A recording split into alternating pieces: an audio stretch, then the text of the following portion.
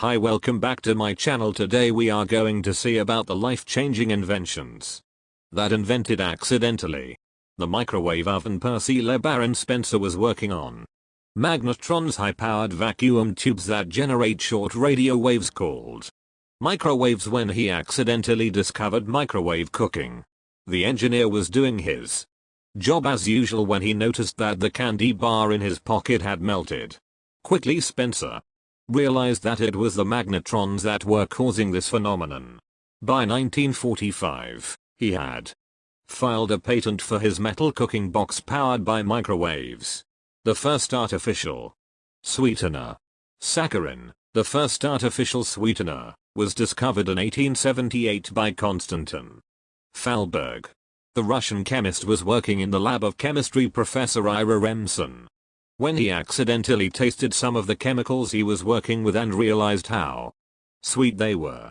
After some experimentation, Thalberg came to the conclusion that the sugariness was caused by the reaction of O-sulfur benzoic acid with phosphorus, V, chloride, and ammonia to create benzoic sulfonide or saccharin. And for more facts that you won't believe, don't miss the 40 crazy facts about the world's tallest buildings. The X-ray machine.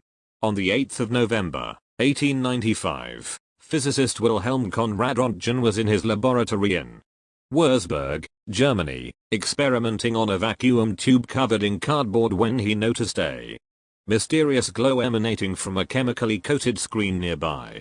Confused and intrigued, he named the new rays causing this glow X-rays due to their unknown origin, and after playing around some more with the new rays, he discovered that putting his hand in front of the glow allowed him to see past his skin to his bones, thus leading to the world's first X-ray. Coca-Cola. The man who created the syrup for Coca-Cola was not a chef or even in the food industry.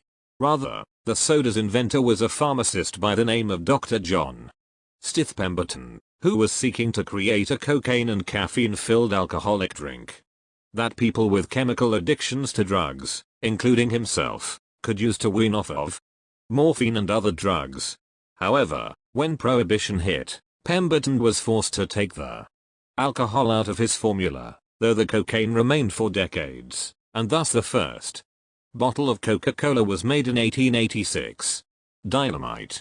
Though the explosive substance nitroglycerine was invented by Ascanio Sobrero, it was Alfred Nobel who used it to make dynamites.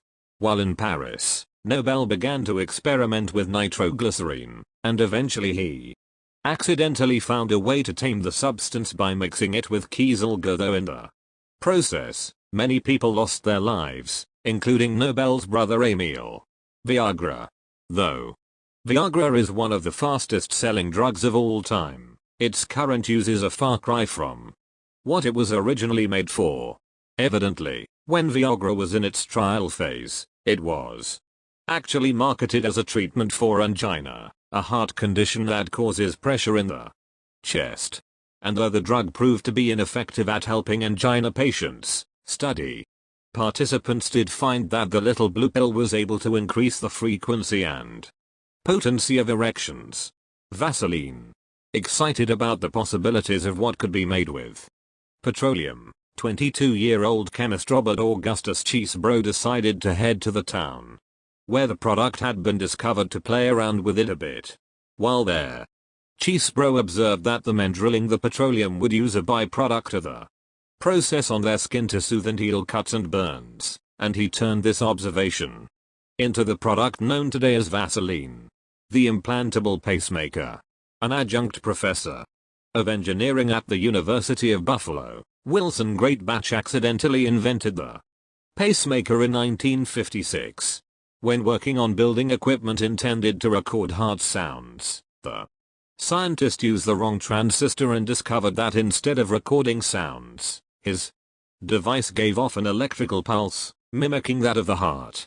Greatbatch presented his invention to William Chardak, a surgeon at Buffalo's Veterans Administration Hospital, in 1958, and together the two were able to successfully control a dog's heartbeat and, in 1960, a human's.